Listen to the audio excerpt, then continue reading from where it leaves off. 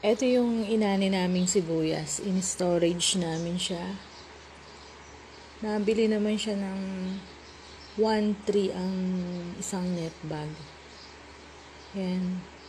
Inalagaan namin yan mula umpisa hanggang sinakay. Inabot kami ng madaling araw. Yan. Yan po yung sibuyas namin. Tapos, anong nangyari is may ibang buyer na hindi siya binayaran.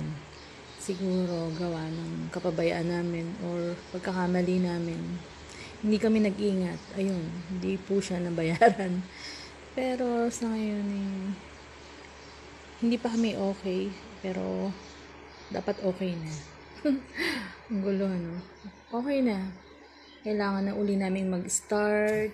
Daanan lahat ng dapat pagdaanan. Nag-start na uli kaming maghanap buhay, maggawa, yun.